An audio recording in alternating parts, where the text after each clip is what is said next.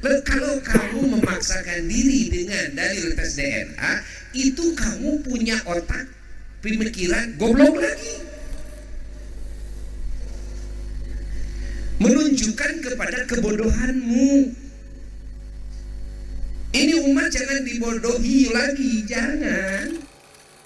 Kenapa? 1000 tahun yang lalu ulama mujtahidnya banyak, walinya banyak, ahli kasyafnya banyak, malah tidak ada yang membatalkan. Kalau memang mau mensucikan nasab Nabi dari orang-orang pendusta yang ngaku-ngaku sebagai keturunan Nabi, yang mana dosa besar mengaku-ngaku sebagai keturunan seseorang padahal bukan, pasti akan diperangi, pasti akan diingkari oleh para ulama di masa itu. Bayangkan 1000 tahun yang lalu. Dan ulama mujtahidnya banyak. Kenapa nggak ada yang mengingkari? Kenapa nggak ada yang memerangi? Justru jawabannya dikarenakan beliau-beliau sangat tahu. Assalamualaikum warahmatullahi wabarakatuh. Ya, dikirimi video lagi teman-teman.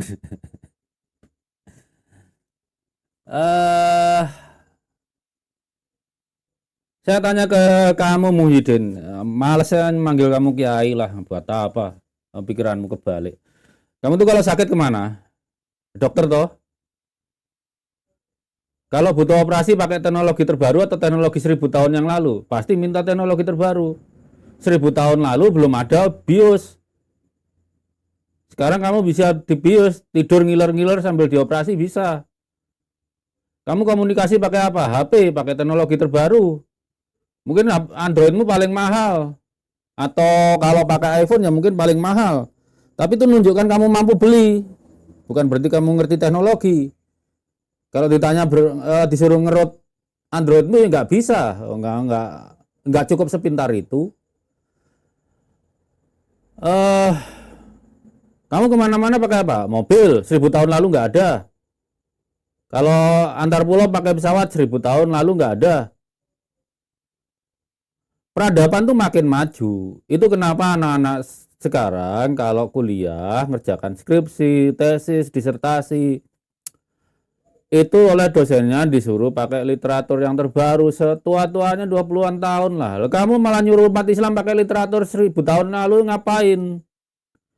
Imam Syafi'i menghukum najis anjing. Imam Syafi'i itu gak jelasin liur anjing tuh amilasnya berapa, mikroflora di mulut anjing bedanya dengan mikroflora di mulut manusia apa. Oh, kamu mikroflora aja nggak ngerti apa itu kan. Jadi teman-teman, umat Islam tuh mundur ya gara-gara ulama, orang yang diulamakan seperti Muhyiddin ini. Harusnya belajar ilmu tapi disuruh belajar ilmu 1000 tahun yang lalu terus menerus. Nggak boleh belajar ilmu baru. Padahal gelarnya Profesor Dr. HC, nggak tahu dari mana. Doktornya humoris causa kayaknya. Dokter hasil kan dokter tempelan, dokter hanya dihormati tapi nggak punya otoritas akademik. Suruh bimbing S2 S3 ya nggak boleh lah.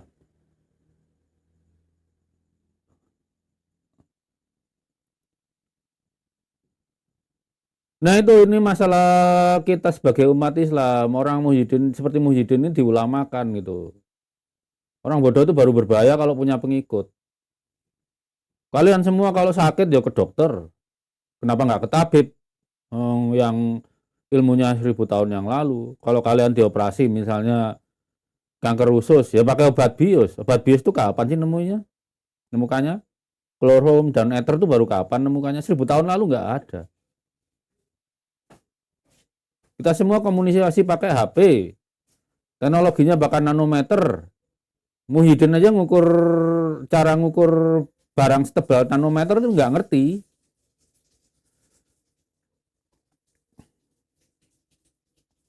Jadi kemana-mana pakai pesawat tuh nggak pakai buruk aja.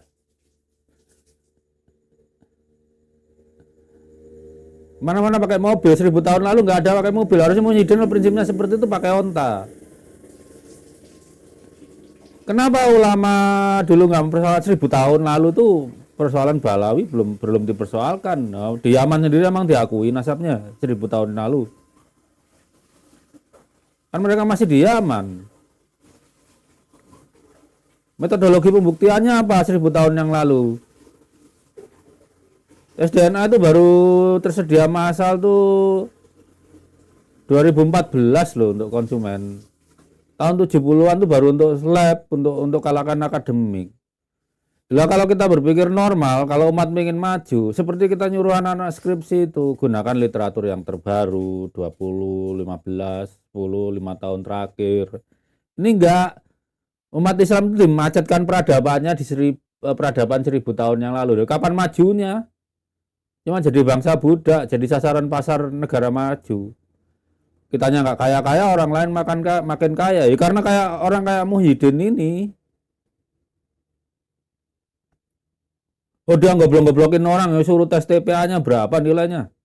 Kalau perlu saya bayari.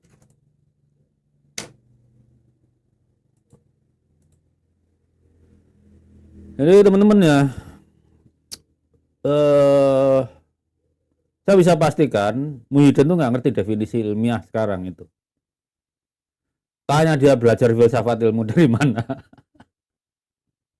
Buru-buru ngerti ilmiah atau ilmu.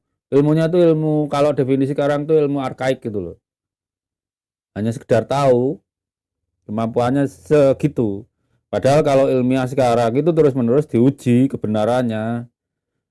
Sebetulnya umat Islam itu dari masa lalu pernah nyontoin gitu ya. Dalam persoalan madzhab fikih aja kan Imam Malik dengan Imam Syafi'i itu guru murid. Imam Syafi'i mengoreksi gurunya. Kemudian Ahmad bin Hambal itu muridnya Imam Syafi'i juga mengoreksi gurunya. Ya bedanya kalau di madzhab fikih itu tiga-tiganya ternyata dipakai. Beda kalau dengan ilmu alam kan. Kalau ilmu alam Thomson menemukan elektron dan proton itu bentuknya kayak message di permukaan roti gitu, ternyata dikoreksi oleh Rutherford ya. Rutherford yang kita pakai yang lebih benar. Rutherford dikoreksi oleh Bohr.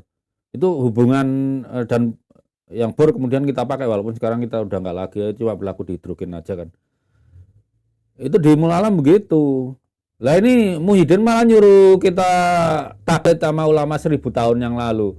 Sementara bangsa lain makin maju, gunakan semua yang serba terbaru, termasuk interpretasi urusan agama itu tetap terbaru.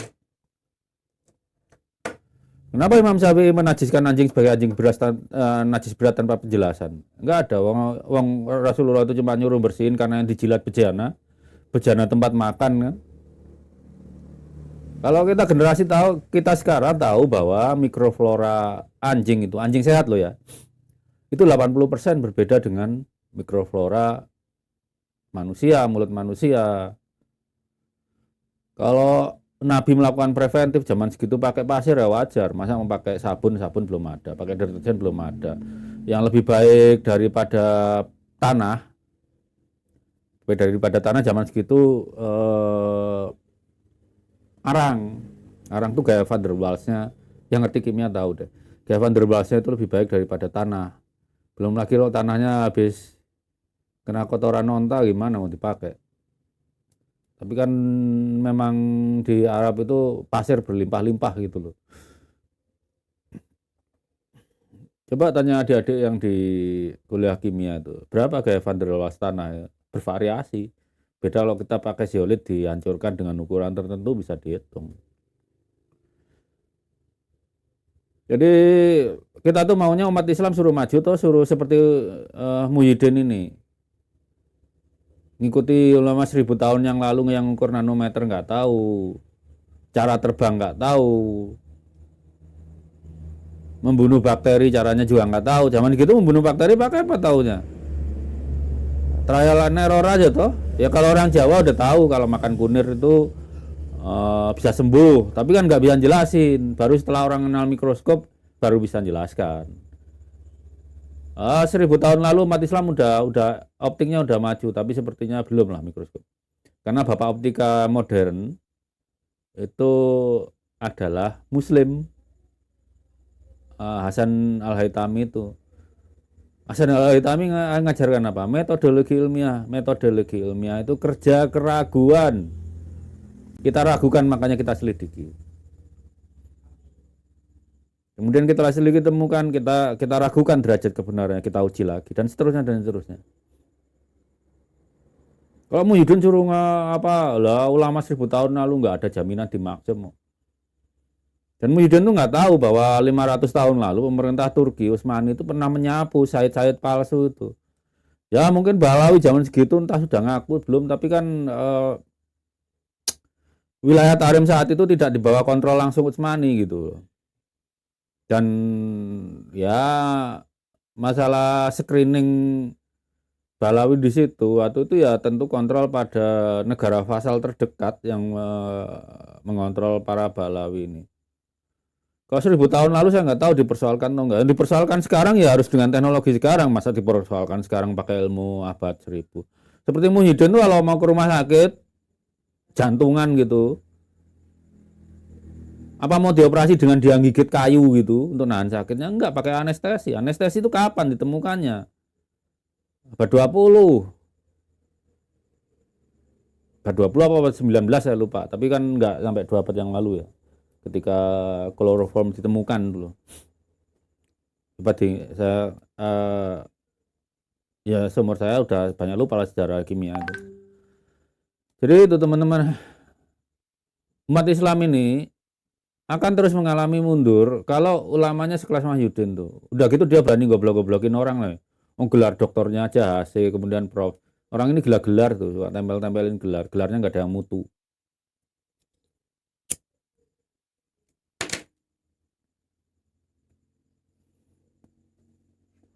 Teman-teman saya dokter tuh banyak, jadi profesor tamu di mana-mana. Tapi kan nggak nempelin gelar profesor, nggak nempelin gelar dokter. Kita saling tahu aja lah. Kalau ketemu seminar ya biasanya baru disebutin kepakarannya apa gitu.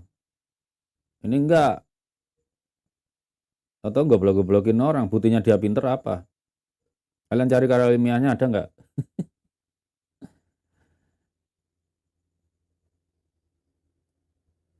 Kalau ada ulama menyuruh umat Islam selalu pakai rujukan ulama 1000 tahun yang lalu.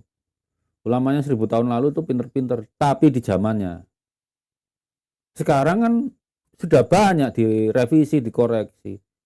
Mak kita pakai 1000 tahun yang lalu. Ya DNA itu kan baru dipakai untuk komersial baru 2014. Dulu cuma untuk keperluan forensik sama akademik saja.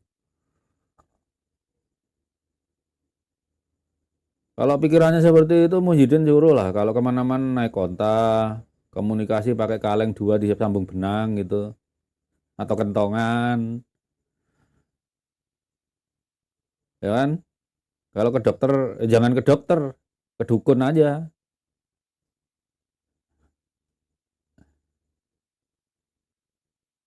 Jadi kita lihat yang belain Balawi itu anti ilmu rata-rata. Nggak ngerti ilmiah itu apa. Nggak ngerti sains itu apa.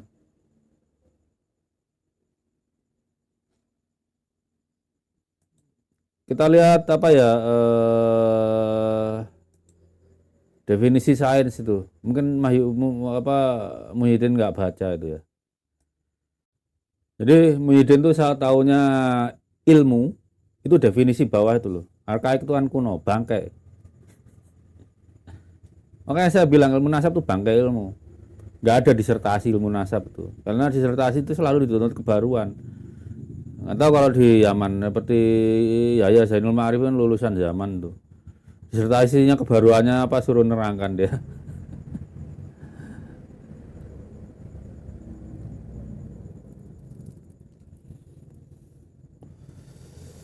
Kalau Rasulullah itu pro ilmu, sampai orang-orang berilmu digolongkan alul bait. Buktinya apa? Salman al-Farisi itu loh. Karena ilmunya kan diangkat jadi alul bait. Ya kan? Kalau umat Islam disuruh terkungkung peradaban 1000 tahun lalu ya kita akan tetap kere, kalah.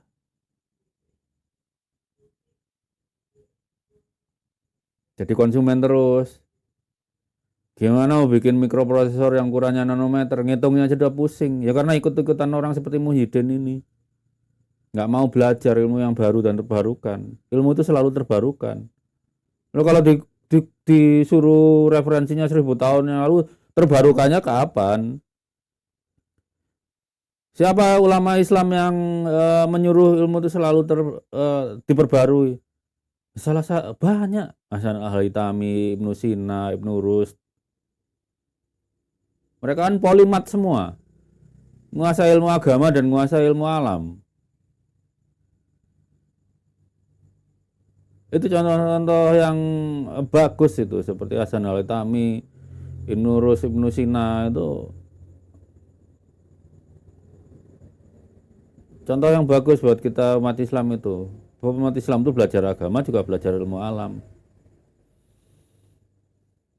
Kalau nggak belajar tuh kayak kayak Al-Qurtubi atau bilang bumi datar. Padahal orang Mesir kuno, ingat saya 200 tahun sebelum Masehi itu cukup dengan menggunakan dua bayangan yang berpisah 800 km itu udah tahu bumi bulat. Bedanya Al-Qurtubi itu cuma lihat terhampar aja di depannya. Kalau orang Mesir kuno itu ngukur beneran. Kenapa ngukur beneran? Karena pandangan matanya dia ragukan, diukur. Perbedaan dua bayangan itu yang membuktikan bahwa permukaan bumi itu melengkung, nggak datar. Orang paling terkenal itu ya Eratosthenes itu dari Yunani. Tapi metodenya sama dengan yang dipakai di Mesir kuno. Makanya kalau ada ulama, orang bodoh itu baru berbahaya kalau punya pengikut. Ya kayak Muhyiddin ini. Itu aja ya. Wassalamualaikum warahmatullahi wabarakatuh.